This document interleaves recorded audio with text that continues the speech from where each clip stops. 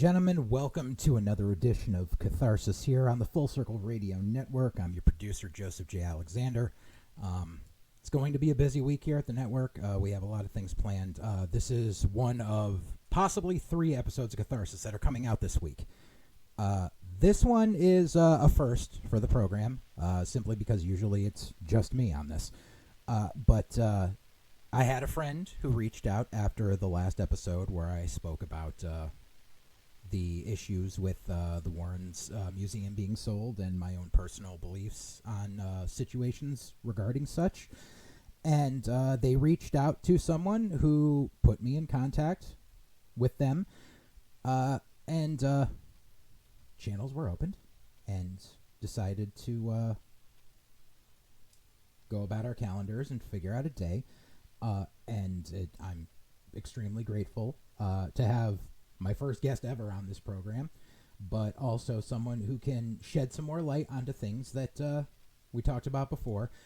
If you're wondering about the episode I'm referring to, there will be a link below. Also, at the end of this video, there will be a link to the video as well as the full playlist for the show. Mind you, everything that was said in that is, as the disclaimer says, is my own personal beliefs, and everything that we speak about here today is just going to be in a completely open context. I'm not going to bring up any of my opinions that I've already mentioned out of respect. And we're just going to have a nice open dialogue about things, because that's all this should be. So my guest today is actually the man who is continuing the Warrens' legacy with the Warrens Foundation, and that would be their grandson. His name is Chris McKinnell. Chris, how you doing? I'm doing great, Joe. Thank you very much for having me on. It's an honor to be your first guest. Yeah, usually like every other show is like a panel, and this is one of the only ones where I just like, it's just me, and yeah. We're going to do what we do. By the way, we're the Warren Legacy Foundation for paranormal research. Yes, and by the links below to everything he mentions today, just so you're able to cross-reference everything. So, give us a little background as to your relation in the family tree and your upbringing. You know, Reader's Digest version for anyone that may not be familiar with you, Chris. Oh, I'm sure there are a lot of people who don't know who I am, and that's fine. I'm not a famous person, but I am the grandson of Ed and Lorraine Warren. I'm Judy Spera's son by her first husband. So, don't everybody start saying, why do you have a different name? Because my mother's been married twice, like half the people in the United States. Right. I started working with my grandparents when I was 16, going on cases at that early age, and never really stopped. Taken the work all around the world and expanded our research in a completely new direction, which is the way it should be. I mean, that's the nature of research. This is not a religion. My grandparents changed their views over time. It always surprises me when people want to quote a book of my grandparents from 1975 and say, well, this is what they said. I'm like, yeah, that's what they said in 1975. Did you want to also go to a doctor that used textbooks from 1975? Come on. Exactly. And yeah, I had the privilege of meeting your grandmother on a few occasions, and she was just the sweetest woman in the world. Yes, she was. I thought what was funny was I think it was the Hartford Current interview they did with you, and you talked about, just growing up and her baking. And I said it on the last episode, but when I went to their house for the one little small tour of the museum back in 2004, 2005, it was years ago. She made the best brownies I've ever had in my life. That she would take weeks cooking, baking, buying gifts for every holiday. I mean, she just was all light and love. That was my grandmother. She was far sweeter in real life than anything people see in videos or TV shows. Agreed. Yeah, she was a genuine person. Like I think I've got a pretty good radar on people, and like I have a good bullshit detector, and there was no reading when I met Lorraine. No, no, She no, was so no. wonderful. Um, Yeah. so yeah, so obviously there's a lot of talk. Um, it's online speculators as to the history of Ed and Lorraine, and of course, everyone wants to make up their own dialogue now. Who these people who are weren't born until after the 1900s were over, who think they know everything under the sun. Who set out and say things like, "Oh, they were just grifters and they ripped people off." But I'm pretty sure I've seen multiple times, heard multiple times, read multiple times that they didn't charge for their services other than like gas money. That's right. And rarely that. I never worked a case with them where we took any form of expenses. I mean, did they? I'm sure they did. They told me I should. I never did. Uh, but the thing people don't understand about my grandparents, for the first 24 years or so that they were doing this, nobody knew who they were. Not a soul in the world. It wasn't until their very first book came out in like 1970. It was called Deliver Us from Evil. Mm-hmm. That they just had the smallest amount of public recognition. They didn't even do their first lecture until it was a benefit lecture for their town to raise money for a gazebo, and that was in 68 or 69. Yeah. So it wasn't like they were doing this to become famous. They were doing this out of a genuine desire to understand and to help others. And I watched them drop everything anytime somebody needed help. It's the way I do it. I remember for Christmas Eve this year, I was sitting with a wonderful family enjoying, and we were supposed to sit down to a great meal, and somebody showed up and they felt like they were under attack. I had to leave. Yeah. I hear you. Um, and yes, just the matter of because I know that like my first time hearing of them was actually when In a Dark when I had discovered. I'm sure it was written before. Oh, not that book, please. No. But I first knew about him because of In a Dark Place because I spent my teenage years. I grew up in Southington, so That was my case. I was the lead investigator on that one. yeah, and that was when I had first heard of.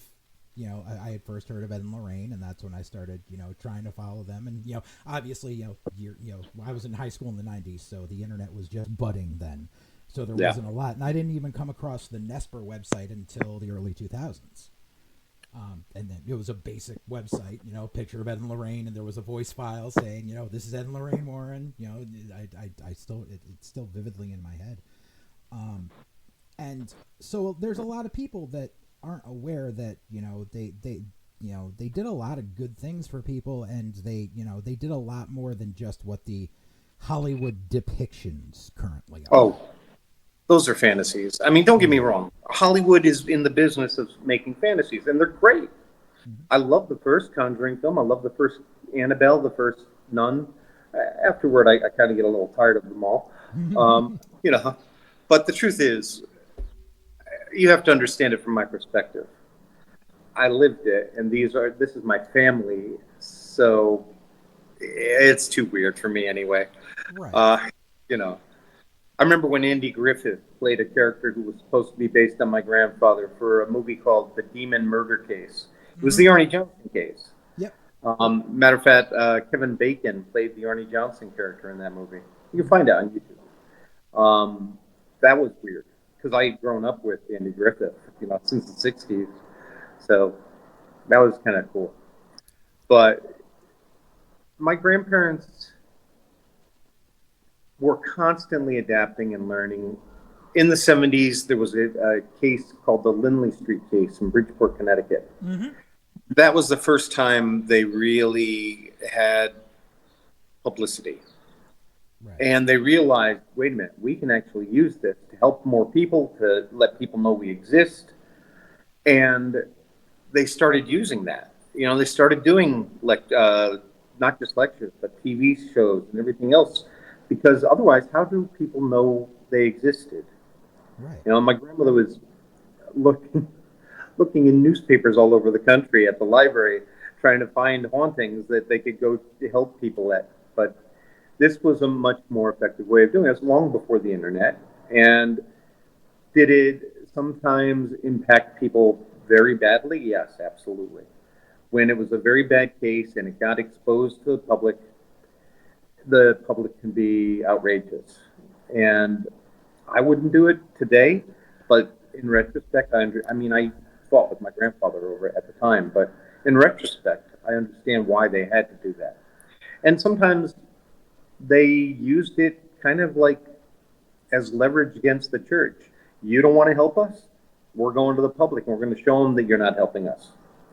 And that usually works. That's what it worked in the Smurl case.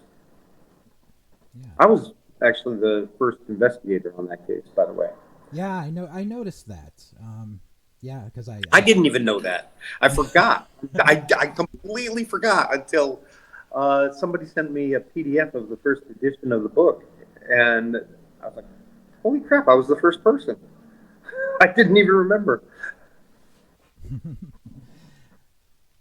Yeah. What was it? I remember when I was at Ed and Lorraine's house. I remember she had a videotape of a mock-up trailer because originally there was supposed to be something in the pipeline for them to have a TV show on Fox in the 90s. Really? Yeah, I think the show was supposed to be called The Demonologist, and like the mock-up trailer like looked a lot like it was like, you know, B-roll from the X-Files, because I think it was supposed to air like around the same time block, but it just fell through.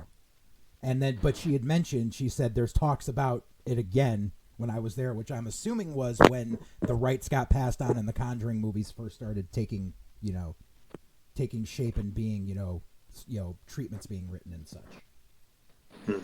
I don't know. I have zero to do with the entertainment industry. That's Right. You know, I even asked my grandparents to take me out of their books after the first editions. I didn't like the publicity. I only am coming forward now because I don't have a choice. If I want to help people, people have to know where to find the Warren Legacy Foundation, and I'm the face of the foundation.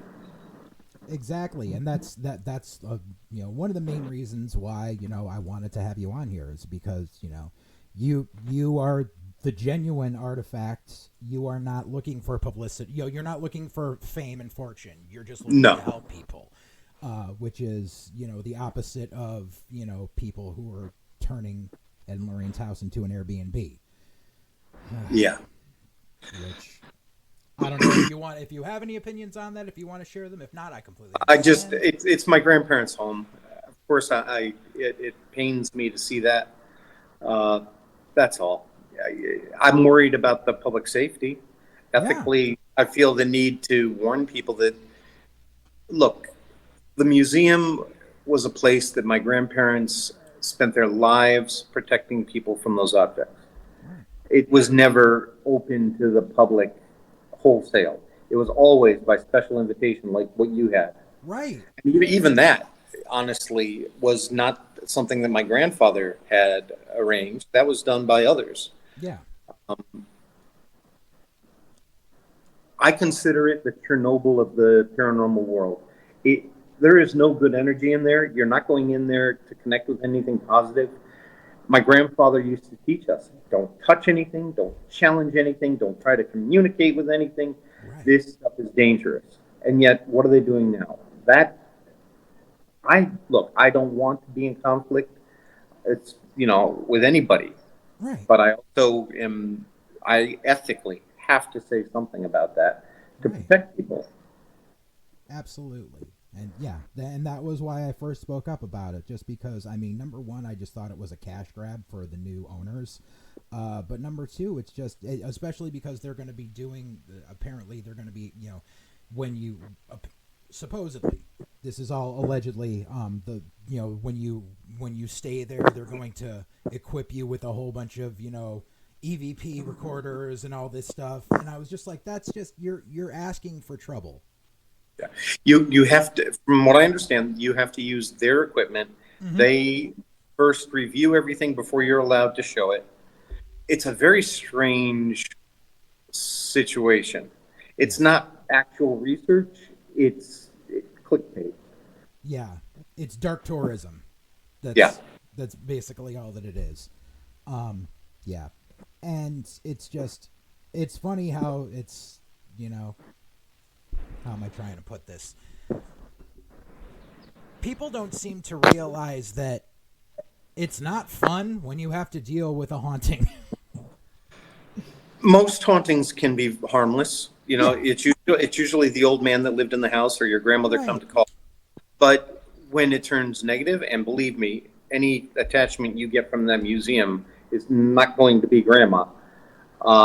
If my grandmother wants to visit you, I promise she can. She's visited me and many, many, many other people. She's very active in the world right now. I think she's making up for the years she lost to Alzheimer's. She's just out there doing what she can. And you don't need to do that with her. You don't need to go to the museum to connect with her. You don't need to be in her home to connect with her. Right. It's the law of recognition. All you have to do, I try to point out to people, cemeteries are not haunted. You go into a cemetery, you're calling on Dave Smith. Dave Smith is going to hear you calling. That's because you're recognizing him. You're calling out to him, not because he's standing over his moldering body and watching it decay. I'm not going to do that. I don't have any desire to watch the bugs eating me. Goodness sake, who wants to haunt their old car? Right. And yeah, and I have to deal with that a lot because of, my church is listed on haunted registries, and Lorraine had actually come to our church, I think years before I had set foot in there. But because it is known to be haunted, it's the structure that's there was built in 1889. There's the spirit of one of the original pastors. There's a spirit of a couple of the girls who went to the Sunday school there. But people come out of the woodwork, like, oh, I'm part of a paranormal investigation team and yada yada. I'm like, that's nice. No, I had to literally put it on the FAQ page of our website. It's can I do a paranormal investigation? No, we don't allow any of this sort of stuff here. Like, it's number one, we're not a tourist spot. We're a church. Number two, like, it's disrespectful. Right. We have a rule our first rule in the code of ethics for the foundation is if you're not there to help, you shouldn't be there at all. I don't give a crap if I ever get a 2-second video of something flying across the room. I don't care. My job is to gather enough information to understand what the family is going through so that I can help them. Period. No more. Exactly. And that's what it's all about. So the Legacy Foundation was founded in 2013, correct? Right after the first movie came out. Yep. We were getting hammered with requests for help from all over the world. And yes, my grandfather started the New England Society for Psychic Research in 52. Mm-hmm. But I went to my grandmother and I said, Graham, nobody knows New England outside of the United States. Yeah. But they know the Warren name. I want to keep your name alive.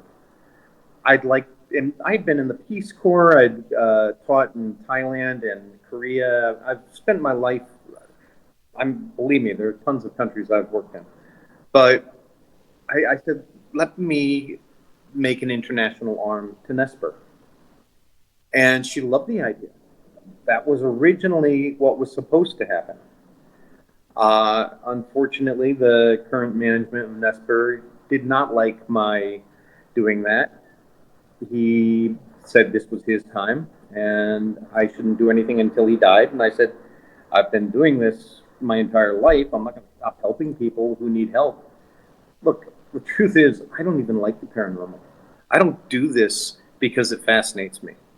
I do this because there's a need and because I watch what's on television and Hollywood and TikTok and YouTube, and it appalls me because people are watching things like Ghost Adventures and they think they are learning something. Right. And then they go out and they do it. That's not the way to do an investigation. I don't know when you've got this coming out, but tomorrow, in real time, I will be doing a live on Instagram with a lovely young lady. We're going to be talking about real investigations and how to conduct them. It's not a how-to course. I can't distill that information into a 30-minute talk. Right.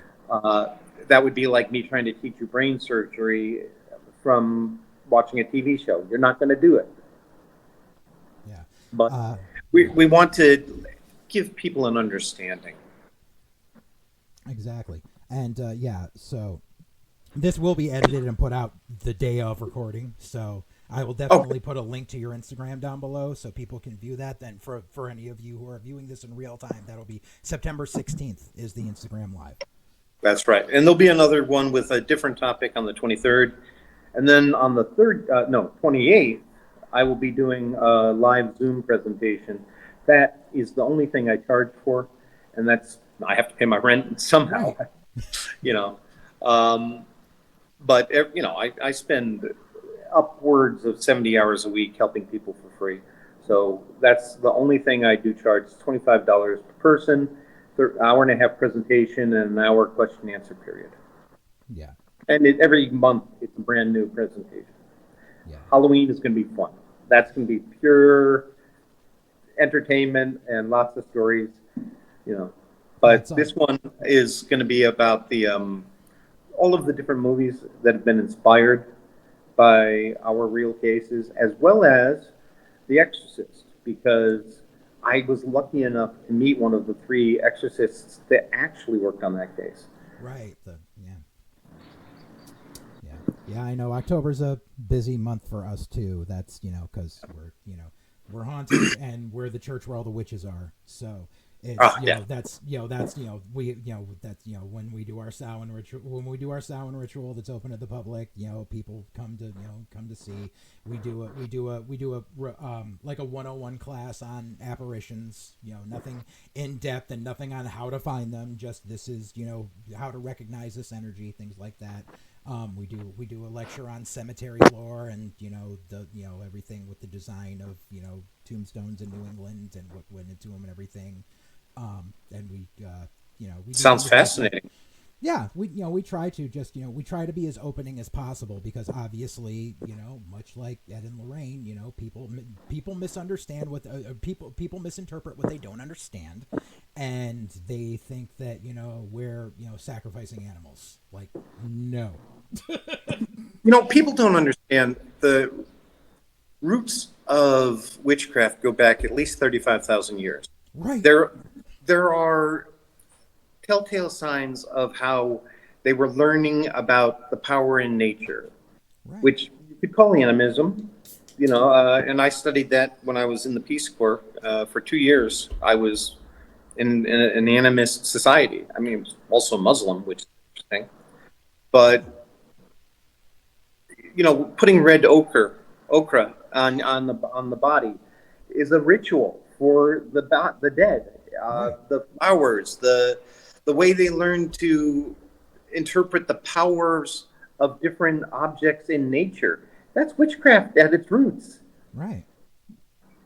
And and I actually teach once a year. I teach a 101 on comparative religions and just showing how things cross. You know, everything from, you know, from the ancients to the Muslims to the Taoists to the Christians, and how there's so many similar practices across all spiritual paths that there's no real reason to have such a divide.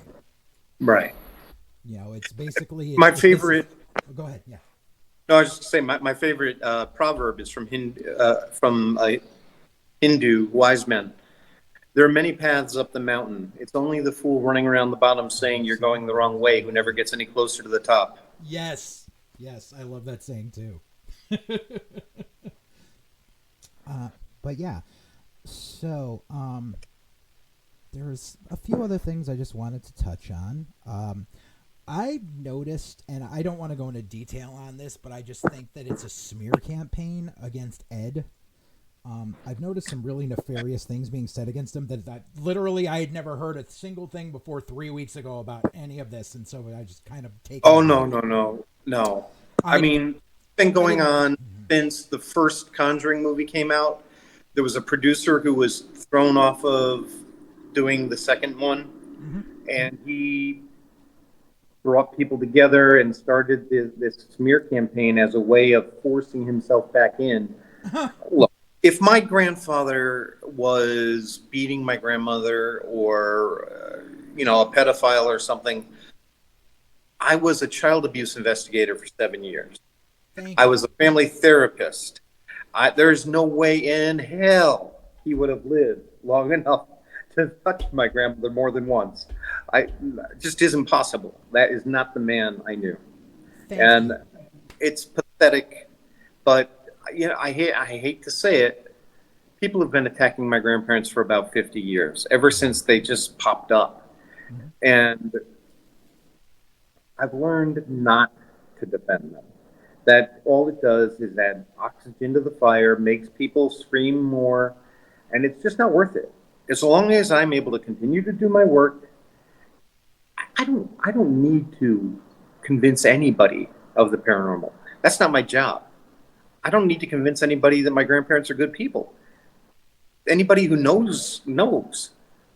But my job is to help people who feel they're being bothered by the paranormal. That's it. Right. So I was looking at the Legacy Foundation site, and it seems like you have, it's not just you, obviously. It's oh God, no. It's a network of people, and you actually have like satellites scattered so that there's. Well, not exactly. We've got. No, we're not franchised. We're a team that's all over the world. Yeah, that's what I meant to say. Yeah, no, we're people who volunteer their time to help others, and we're everywhere in the world. Now, we're not huge. I think we've got maybe 45 people in the foundation, and it's a big world, so it's not as effective as I hope it one day will be. But we're building it. And I'm proud of these people. They are the best. We are very careful about who joins. You have to have 5 years of in-home investigative experience, at least 3 cases, not family and friends, and not your own home, of course. By the way, folks, anybody listening, do not investigate your own home. You're manifesting something there that you're going to have to live with. That is not a smart idea. Let someone else do that. And don't let it be a fly-by-night person who just wants to get their clickbait. All right. You want somebody who's dedicated to helping you. Exactly. I mean, I'm sure there's, my wife and I bought this house 5 years ago. I'm sure there's something here. I mean, I know we got house fae, but I'm used to that. Yeah, there's no need for any of that. No. It just seems like, and really it's just it's the Hollywood snowball effect, because ever since the 90s, when like shows like Sightings started really popping off, and then with the rise of online culture and the ability to be able to buy equipment off of Amazon, that's enough. Folks, don't waste your money, please. If a spirit wants to talk to you, they don't need you to buy a $2,000 broken radio. Right. That's literally what when people are like, I have a spirit box, I'm like, you have a broken radio. Yeah. Yeah. I mean, don't get me wrong. I've seen good things come from that, but the human mind will hear what it wants to hear. That's why, like, if you're going to do something, try the Estes method. Another thing that I do think is worthwhile investing in, and I don't own any of this, but an EMF detector. Because my theory is psychics are more sensitive to EMF, and that's actually the kind of like the radio wave for the manifestations and for the information that they receive. How they receive it is up to them, and they rewire their brains to gather that information. That's why there's so many different ways that people use dowsing rods, automatic writing, seances, whatever it happens to be. Right. But in nature, there are very few places that project EMF naturally. Right. You know, highly geologically active places, yes. But in the modern world, if you're exposed to high EMF, your first reaction is, I feel watched. I feel something creepy around me. And that's an interesting physiological effect that I believe is kind of a memory of what it really means when a spirit's around. So the EMF can detect either much too high electromagnetic energy in your home that is affecting you naturally, and you should maybe move your bed or get insulation around your wiring, or if you turned off all your power, if you checked that there's no overhead power lines, then maybe you actually do have something in your home and you need to take care of that. 9 times out of 10, if you speak clearly, respectfully, but very forcefully, like this, I am not allowing you in my home. You are not allowed to be here. I do not want you bothering me. You do not have my permission. Leave now. Normally, that's enough. That's just like setting personal boundaries in your day-to-day life. But sometimes you're dealing with a desperate soul, a soul that sees you as a lighthouse in the darkness, Right. and they need to get through. We're working on a case in Belgium. As I speak with you right this minute, I'm watching the messages from my team talking to this woman because there's a lost child who is reaching out to this wonderful woman, setting off fire alarms and calling the woman mama, etc. And we're trying to help this child pass over properly. You know, sometimes you need us for that, and that's what we're here for. Yeah. Oh, and by the way, everything we do is free, confidential. You don't have to worry about it. Yeah, and that's one of the things I try to espouse on to people is anybody that's trying to sell you something is just trying to sell you something. Yeah. You know, I've always found, you know, people who have any, you know, type of psychic twinkle, who have the ability of mediumship, usually don't like to broadcast that because they're already dealing with enough things of trying to make sure they can handle their day-to-day life. So if anyone just, you know, pops up to you and says, I'm a psychic, this and that, and, you know, give me $50 for a card reading, like, it's 9 times out of 10, they're not being genuine. Right. Right. And they also have a vested interest in keeping you on the line. Mm-hmm. I had this horrible, horrible case. Not because it was, well, this team who watched Ghost Adventures thought they understood what they were doing. They went in to see this woman in her home. They psychic there, and I don't look. I'm a psychic who doesn't trust psychics without evidence, ever. And went in, and they said, "Oh my God, you've got a Lilith demon, and we can't help you," and left. Now this woman's terrified, and she's having some phenomena, but certainly nothing that could be attributed to anything negative. So she starts going to, I think it was Georgia, once a month for a $600 deliverance. But she had to keep going back every month to get that done. When she finally got a hold of us, I was able to, well, I and my team were able to quickly figure out, no, ma'am, you're just a wide open psychic and a wide open medium. You're attracting spirits, Right. and let us help you learn how to deal with that. That's all she needed. Yeah. She lost thousands of dollars over years to these charlatans.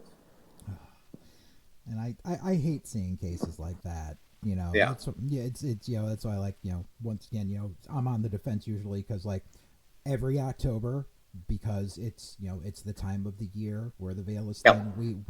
We hold an open seance one night out of the year.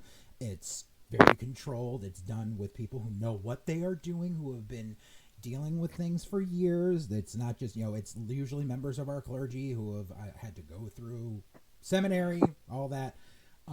We do it one night a year. It's, you know, it's the way we have it set up, we hold like 15, 16 people, and it's $25 a person, and all of that money just goes towards keeping the lights on in the place because we're all volunteers. Like, it's, and I've literally had people have conversations who are like, well, if your church needs money, why don't you just hold more seances? I'm like, because we're not trying to make money off of it. It's something we offer once a year. If you make it, you make it. If you don't, you don't. It's, some people come to get a message, hopefully from someone, and they need closure. And that's not even guaranteed. Right. Of course it's not. That's up to the spirits. That's not up to us. Right. But it's just because we're our location is sort of a beacon, because before we had it was a spiritualist church, so they practice spiritism. We have the spirit horn that's there from before us that sits on a shelf. We're respecting what came before us, and we're just trying to offer a service. We're not out to make a buck. And that's exactly what you're doing. Right. So do you have any published works just under yourself? No, not yet. I'm working on it. I've got a lot of things coming up, I think. You know how it is. Yeah. You never know what's going to happen. I've avoided fame my entire life. I'm terrified of the idea because I've seen how it's affected others. I'm like, yeah. But you know what? I'm 61. What are the chances are I'm going to turn into a jackass at this age? Granted, there are some people that might think I am now. I hear you. But no, I live in Paraguay.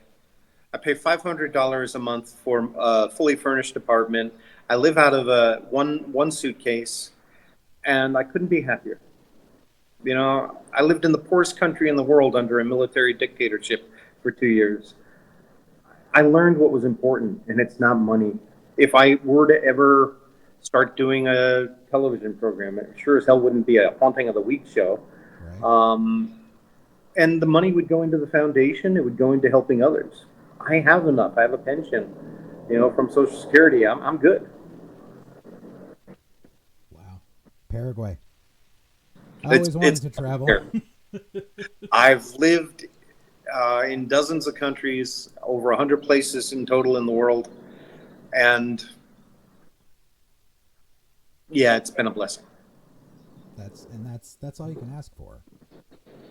It's I haven't been able to make my way around the world, but I have a roof over my head. That's all that matters to me.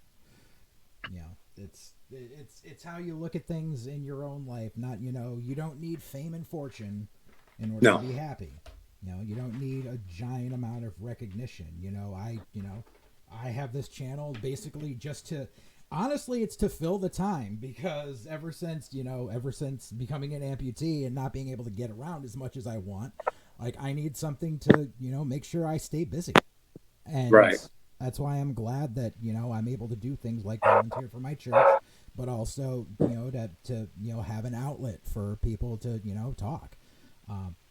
It's like I said, I all of this different stuff we do on this channel is basically just doing it for the love of the game, if not for a better term. I'm not making a dime off of any of this. Yeah, either. It's more for fun than anything. But yeah, so I mentioned I'm going to have all the links down below to your Instagram, to the Legacy Foundation Facebook, to the Legacy Foundation website, so that people can follow you. Is there anything else that you wanted to mention while we're here? Yeah, if you need help, you go to warrenlegacyfoundation.com. There's a Google form we ask you to fill out. It gives us a good sense of what you're going through, and then we put together a team and we start working with you. If you'd like to join us, remember, we do look for people who have extensive experience. Our clients come first. We don't have the manpower to mentor new people right now. I hope that someday changes, but the people we serve, they are number one for us always. Besides that, like I said, we've got a live up tomorrow, another one the following Tuesday, and then I'll be doing my presentation on the 28th. Check it out if you like. If you don't, that's fine. My job is to help those in crisis and to educate the public so they understand you don't have to lead with fear. Lead with awe of the unknown. Yes, absolutely. Judge the phenomena by the consequences. And I don't mean, a coffee cup flies across the room and breaks. Oh my God, it's the devil. No, that's an explosion of energy because something's desperate to get your attention. Right. It doesn't necessarily have to be something bad. Uh, when I say consequences, I mean, are you actually being heard? Is something actually going on with you?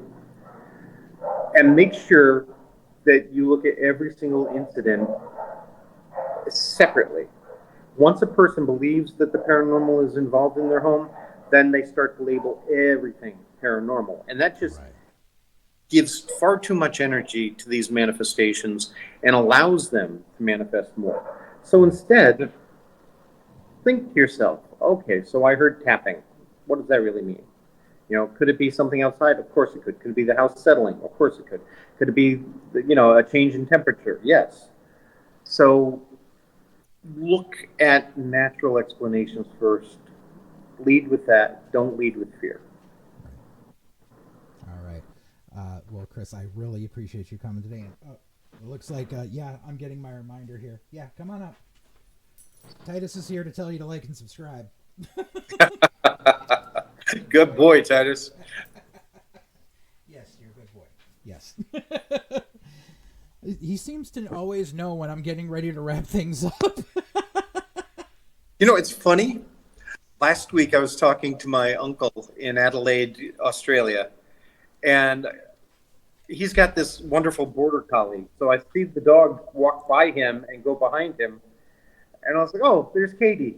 And my uncle turns around and there's nobody there, no dog there. He says, "No, Katie's over on the recliner asleep." I was like, "I just saw a dog with a big black woolly back walk by you." It turns out it was his German Shepherd that had died 25 years ago. Oh. Yeah. I love when you see that little when you get that little twinge and you see it. That's happened to me a couple of times because this guy's he's my second rescue pit bull, and my first rescue Dudley died about 8-9 years ago, and he pops up every once in a while and people see him walk by me. My old pit has never visited, but my Irish setter has. Oh, I love Irish setters. I love all dogs. Oh yeah, I'm a dog person. I mean, I love cats, but I'm a dog person. Same. Anyway, hey Joe, thank you so much for having me on. I really appreciate it. I appreciate it too, Chris. So so you can find all the links below. And like I said, stay tuned to the channel. There will be more stuff coming out this week. Another episode of Catharsis, the next edition of Wildcard Cinema, and White Heat with me and Matthew James. But for Chris McKinnell, this is Joseph J. Alexander, and